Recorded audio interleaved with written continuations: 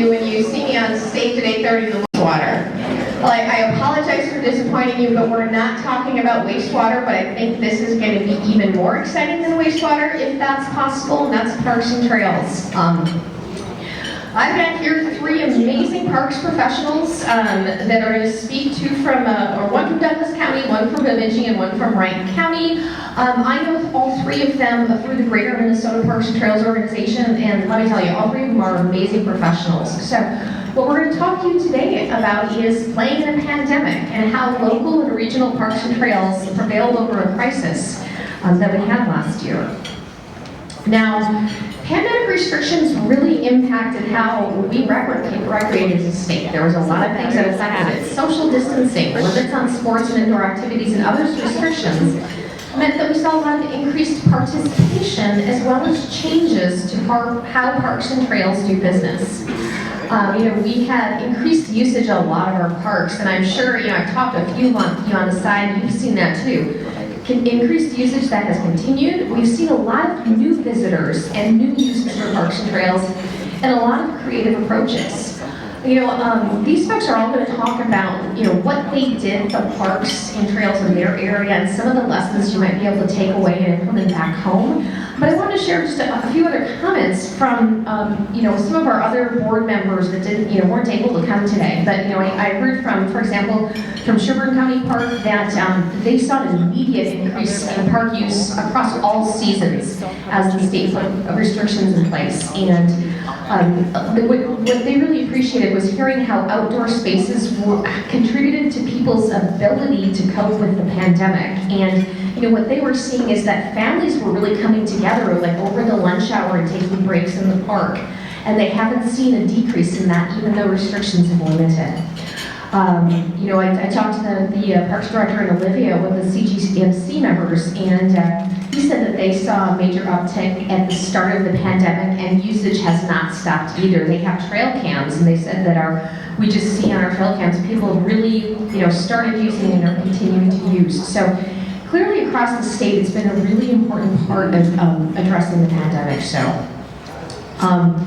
what I'm going to have is each of these three is going to talk to you a little bit about some of the things they did, and then we're going to have questions at the end. So please, as they're talking, think about questions you may have for them. We have three of the most just sort of experienced and knowledgeable parks professionals up here, and I'd love for you to take advantage of their knowledge. So enough from me, and I'm going to kick it off with Brad Bunk, who's the director here, right here, and Alexandria is Douglas County.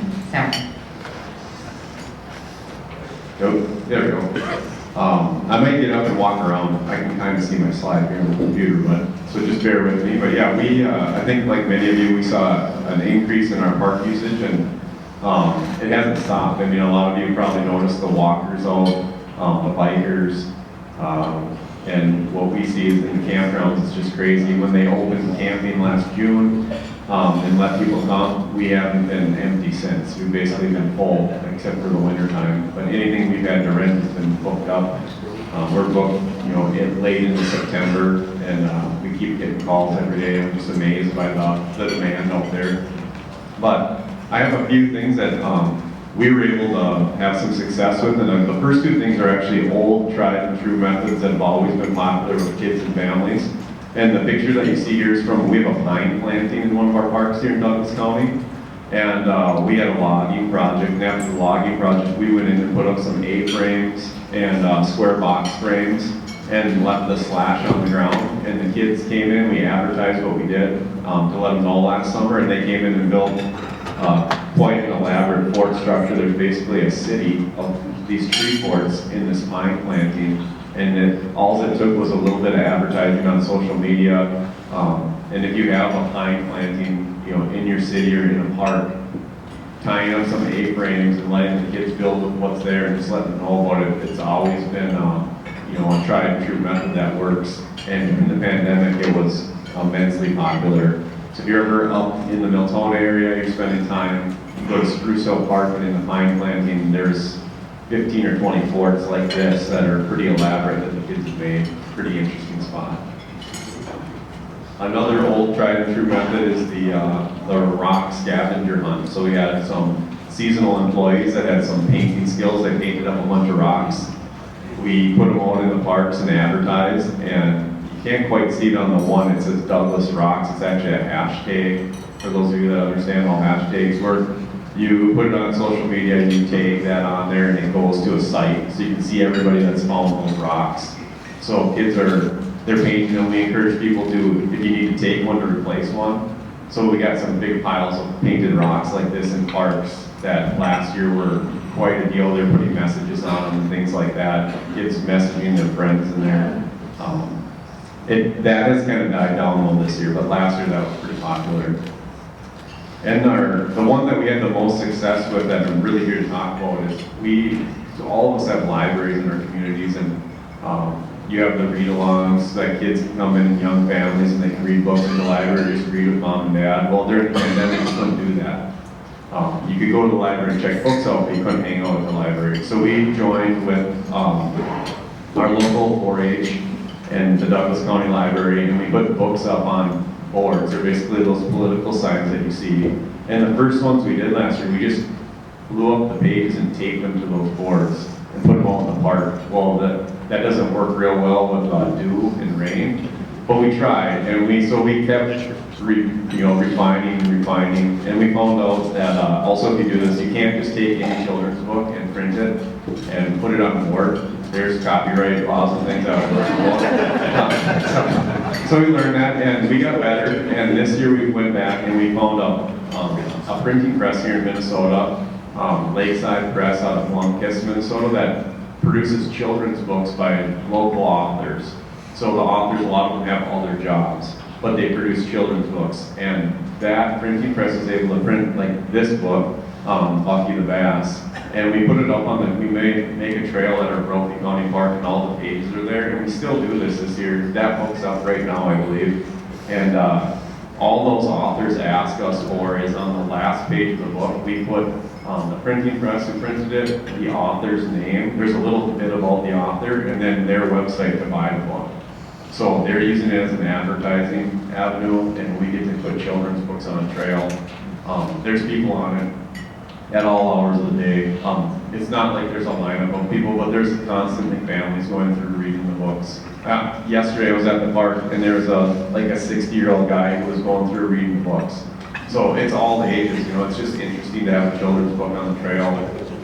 And we try to flip it every couple years. Not that 60's old, I'm sorry. I'm just saying, it's just the range of guys, people that are using it. You got babies, there could have been 80, I don't know. But yeah, so I'll stop.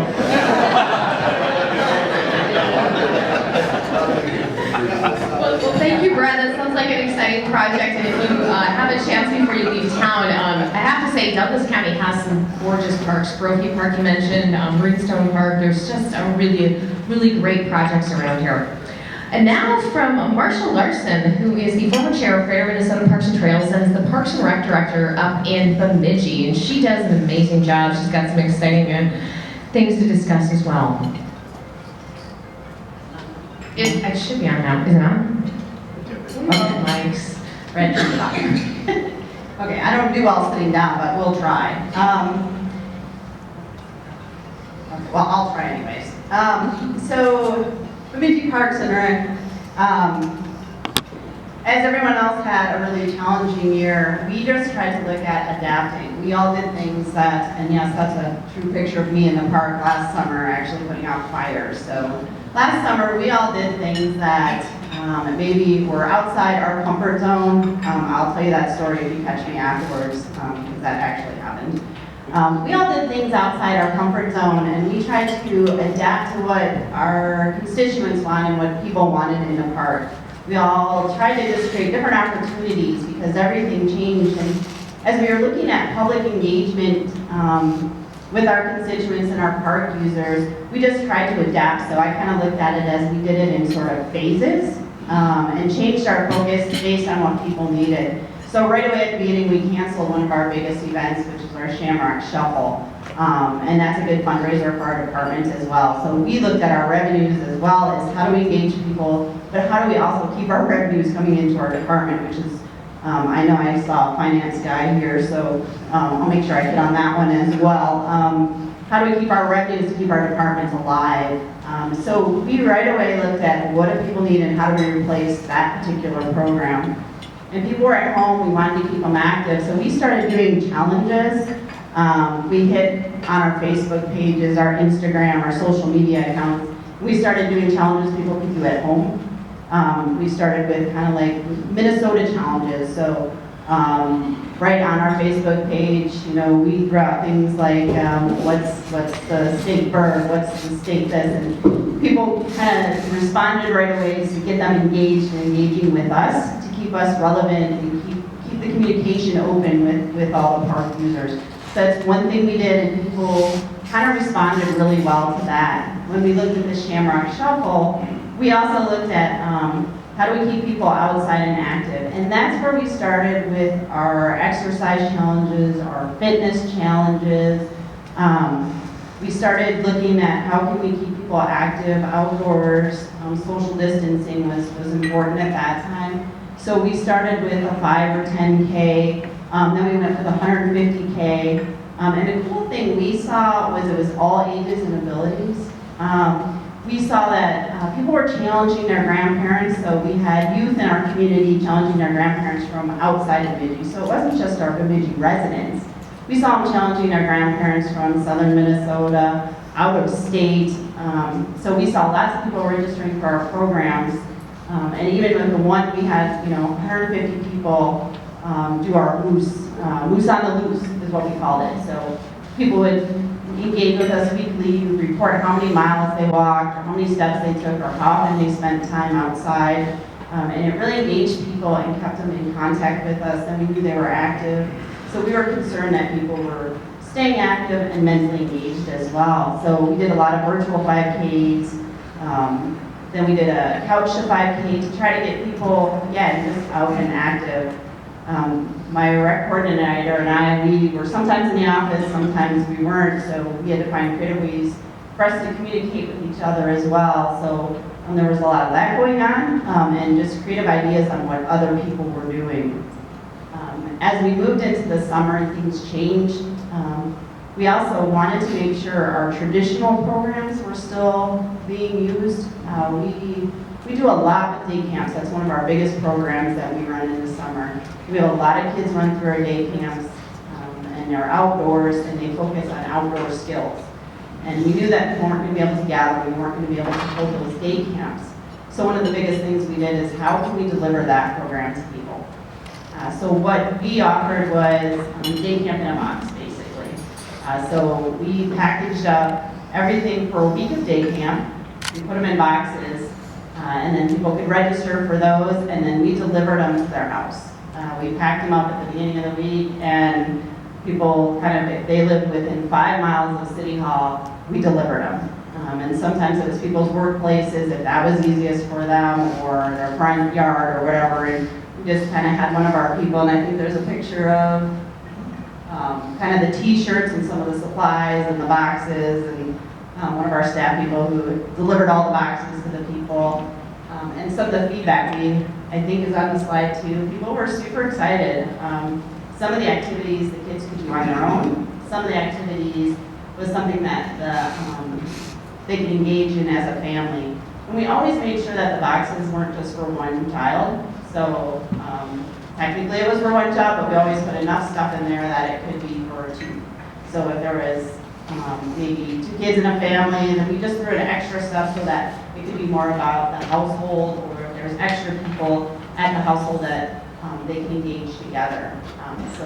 And we also had the extra boxes if say you didn't have all the glue and craft supplies, that they could order an extra box and have all that. Because one of the things we found out pretty quickly was people were crafting a lot. So we had a lot of trouble getting our craft supplies, so we had to get creative too. So that was a really fun thing that we did. And it was the response was great. And we also noticed that other people, we started doing a lot of different boxes after that. That's something we continue to implement. Yes.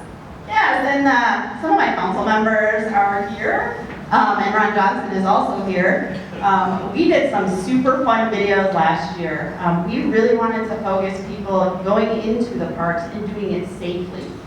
So we really focused on trying to keep every one of our facilities open. It's really easy to get to a city park, and people were going to them in droves, as everyone mentioned. So we were trying to keep all of our facilities open. And so we made these really fun social distance videos. So we spent a lot of time doing that. And the one you can see, Ron Johnson, it's over at that table over there. Which I think everyone knows Ron, right? So we did, and that video was awesome because what we did is we went to every playground, and we had a council member talk about a playground in their ward, and then we threw basically a playground ball. So everyone caught the playground ball and then talked a little bit about their playground. And so we were trying to encourage everyone to visit every one of our playgrounds so that we have one really big inclusive playground that everyone goes to. So we were trying to spread them out through the community. We also did one at pickleball and the skate park, and it was super fun. So every Friday we just go and make these videos and pull out like all of our fun skateboard people. We had a father-son group that came and did our skateboarding. And his tagline was something like, thrash it, don't trash it. So everyone loved that video. Some of my colleagues in Park and Rec use our pickleball video in their communities, just trying to encourage people to social distance. The guy in our pickleball video, Mark Bodness, was actually a really active pickleball player in our community. He was also our BSU tennis coach, and was a great guy, and he was just super enthusiastic. That video was actually really embarrassing because I played with him and he was super competitive during it. He could have cut me a little slack, quite frankly, but he didn't.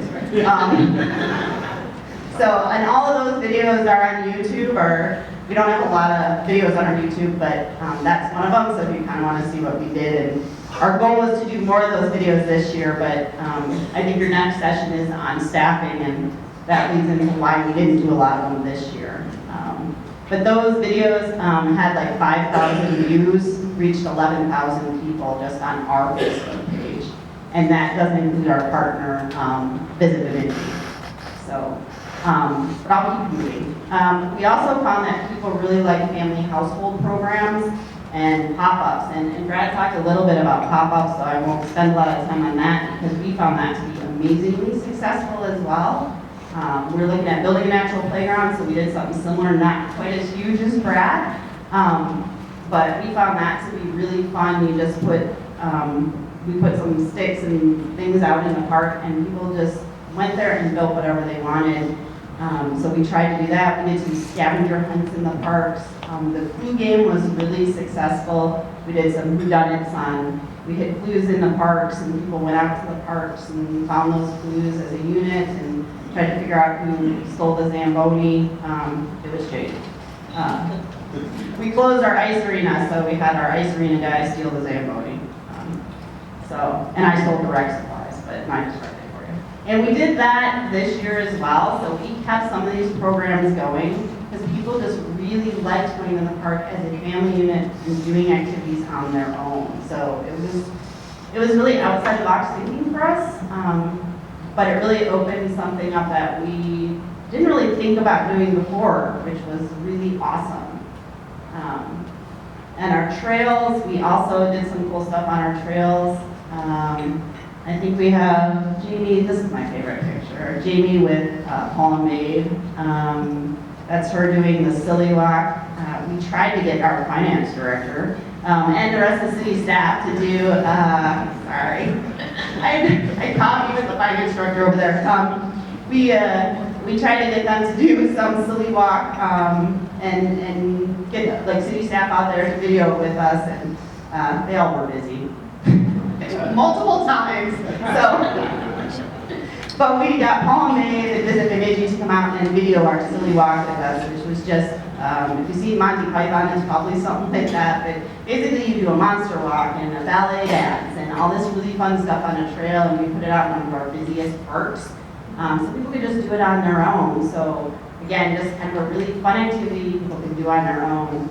And then similar to Brad, we did a little bit of a story walk, which We're looking at permanent story walk-in at the end of this year because we have a group that's really willing to fund us. And we just looked at partnering with some of our really, our Save the Carnegie group, our Friends at Carnegie, our Visit Bemidji, BSU. We had some really great partners that continue to work with us that helped us fund some of these projects. And I'll try to wrap it up here. I'm surprised Elizabeth isn't. So some of the things that we did look at, I kind of did mention some of this, but some of the continuing trends, we kind of just, really going into 2021, things changed a little bit. We did have some staffing troubles, but really just looking more at trying to do counts. So we did get some counters, we're struggling to get those out in the parks, but really trying to count how many people are in the parks because we know that the parks are busy. I think some of my colleagues have really good ways of counting their people, and counting parks do that a lot better, I think, than their counterparts in the cities. So we're working on that, but we figure, like last year, some cities got toilet paper rolls and some of those, and last year that wasn't an option. So we're looking to be more creative at that. We are expanding our spaces, so like in our outdoor rinks, we couldn't use our warming houses, but we completely expanded our usage areas. So we're trying to look at how can we continue doing those things. We're looking at our commercial use policies in our parks because we're seeing way more people that want to do commercial businesses in our parks. And I'm talking like yoga classes or fitness classes, and other cities may be struggling with that as well. So we're looking at how can we facilitate some of that rather than just say no, which our current ordinance does. So, and how can we allow people to rent spaces, like some of our court spaces, and facilitate the uses better. And of course, continuing some of the programs that we're currently doing that we were kind of offering at low to no costs. So those are some of the things we're trying to look at for the future. So we looked at COVID as not the greatest time for us because we couldn't interact with anyone in our normal ways, but really trying to pull in, that was a great opportunity for us to learn and grow, and how we're going to do that into the future. I'll stop there. Thank you, Marcia. And now we have to, back and clean up is Brad Harrington. He's originally from Texas, but has been with Wright County for a couple of years and also just does a great job. I do have to stand because I can't see at that angle, so I apologize. And again, if you hear fixins and y'alls, that is, sorry, it's ingrained in me. I lived there for over 30 years. This is the way it goes. As Elizabeth said, I am Brad. I'm with Wright County Parks and Rec. Programming in the pandemic, as Brad and Marcia both said, it was interesting. So as you can see, I pulled a quote from an old movie. It was Roblox. I don't know if you guys have ever seen that movie. It's an old animated movie with Robin Williams. One of the characters was Big Will, and his comment was, see a need, fill a need. That's essentially what we had to do through the pandemic. So engaging, we got the first lockdown notice and said, all right, 2 weeks, we're shut down. Kids were in school, things like that. So we had to start thinking kind of, what do we do? So social media was a big point of that. Obviously Facebook was one of our primary mediums, and then our website. We don't run an Instagram account or anything like that. So we just made do with what we had. Trying to get engaging content, just like Marcia was saying. We didn't do as many videos, but we tried to make sure that anything we put out on our Facebook page had something that was engaging, not just text. If you guys have known this, anybody that's worked in the marketing world, a text post is going to go nowhere, a post with an image is going to go everywhere. It's just kind of the way it works. So we wanted to put things out that they could do at their home, or by themselves, or even go to one of our parks. This is one of the 3 things that started. You could go to the grocery store, go to the doctor, and go to a park. So all right, this is what they're being told they can do. Let's figure out ways we can get them there. So we wanted to use that, just as Marcia said, to send them to some of the new places. So we have 33 park units across our county. We've got our big 7 that everybody knows, and then we have some smaller ones. So we're like, let's get these people to these new places. So we made sure that anything we put out, we wanted to know about.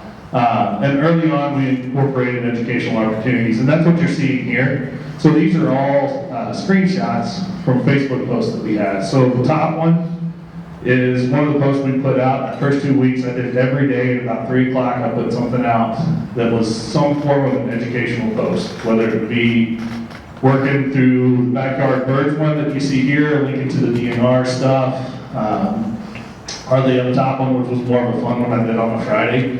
So it was a post on campfires and s'mores. Essentially, I found a scientific research paper that went through and studied the best way to stack firewood for a campfire, right? So we're incorporating science, we're doing all kinds of stuff there. And then on top of that, I found another scientific research paper on the best way to roast a marshmallow. So why not throw it out there, right? So that was good. And then you can see down at the bottom, that's a know your grade. So people don't realize how much educational opportunities there are in parks. Trails alone, you're bringing in and incorporating so many different versions of math. So again, you're seeing here, just showing kids that look, families, when you're out, you can show your kids how you're using geometric shapes and figuring these angles out to figure out your percent grade slope or how water sheds and doing these things like that. So we want to make sure we incorporated all that stuff. So again, in-person program, as Marcia said, was tough. We did have to shut down. So really until the summer. So summer, we kind of started evaluating everything. I said, all right, what can we do? So you can kind of see my last point over here on the right. It's positive thinking and creating. We followed all the CDC guidelines, but the way we took this with our department we're not being told what we can't do. We just got to look at it, what can we do with what we've got?